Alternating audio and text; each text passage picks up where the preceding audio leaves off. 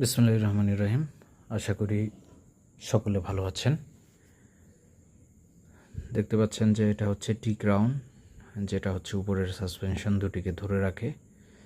তো এটা মূলত পিছনের দিকে দেখতে পারবেন যে আমি কিছু এক্সটেন্ড করেছি লেদে গিয়ে। আর হচ্ছে আমার বাইকে এখন কিলেস বাইক, কি থাকবে না, লক থাকবে না। তো এটা আমি পরবর্তী একটা পরিকল্পনা করেছি, সেটা করব।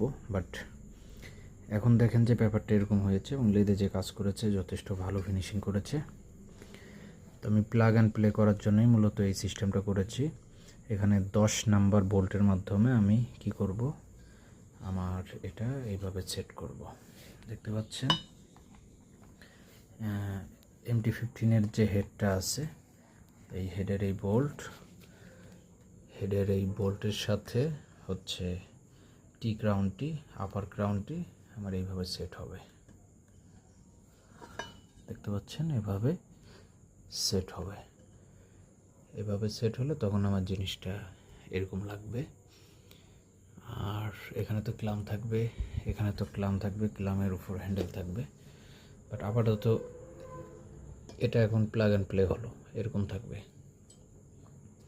এখানে 10 নং যে বোল্ট, সেটা এর মধ্যে দিয়ে ঢুকবে, এখান দিয়ে ঢুকবে। এই যে এটা হচ্ছে বোল্ট আর হচ্ছে ওয়াশার।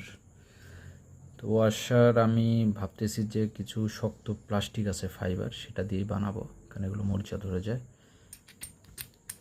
এখানের জন্য এনেছি, বাট এখানে প্রপারলি হচ্ছে না। আমি ইচ্ছা করলে কাটিং প্লাস দিয়ে এই দুইটা সাইড কেটে দিতে পারি, তো এখন সেটা করতে চাচ্ছি না। দেখে আমি ফাইবার দিয়েই বানাবো, প্লাস্টিকের উপরে যাতে প্লাস্টিকই থাকে। তো আমার ওয়াশার না দিলেও হয়, এই বোল্টও থাকে, বাট ওয়াশার দিলে ভালো হয়। এরকম করে দেখতে পাচ্ছেন, এই যে এই বোল্টটা এইভাবে থাকবে।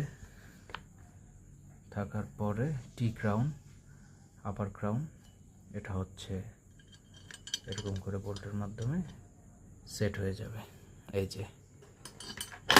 আর এখানে হচ্ছে একটা সাসপেনশন, এখানে এরকম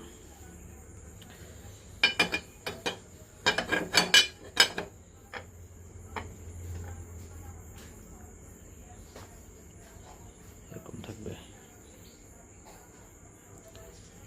এটা হচ্ছে বোল্টের মাধ্যমে এখানে ইয়ে হবে।